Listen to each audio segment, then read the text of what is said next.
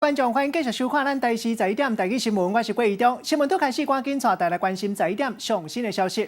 亲民党总主席宋楚瑜今日亲身开记者会，宣布不分区立法委员提名的名单。咱看到排头名的是身心障碍联盟秘书长丁世华，第2名是立法委员李光金。另外，郭家军联电区董事长陈明志甲刘友堂排第3甲第4，蔡心如排第9。咱赶紧来看现场上新的画面。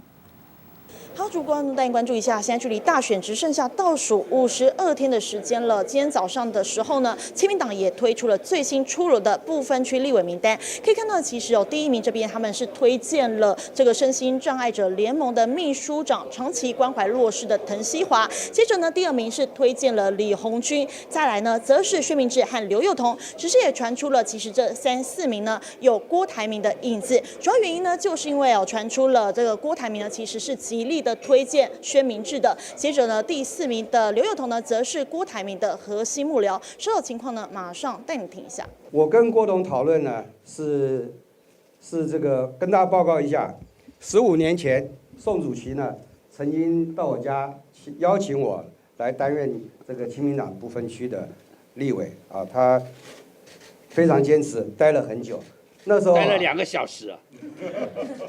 那时候呢，这个我忙很多别的事情，没有这个时间呐。那后来呢，这一段时间呢，我看呢，这个国家是挺乱的，啊，那我们必须呢，这个掌握这个机会呢，能够这个尽一份心，能够多一点参与。所以在这方面呢，宋主席跟这个郭董事长呢，都有跟我这个表达他们的希望。 那我也非常尊重，那也希望说，在大家的支持下面呢，我们能够真正做一点这个大一点的事情。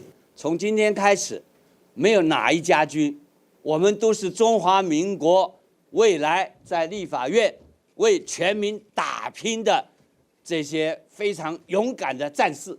好，可以听到呢，其实这个宋楚瑜对于呢这个不分区立委名单，至少有过半的是郭台铭的印子。对此呢，他是没有多做的回应的。只是其实呢可以看到，其实陈怡杰呢也是被排到第5名的。那他原本呢也是要来投入区域立委的选举，那现在也宣布了正式的投入不分区的立委名单。以上目前现场最新情形，现将时间交还棚内主播。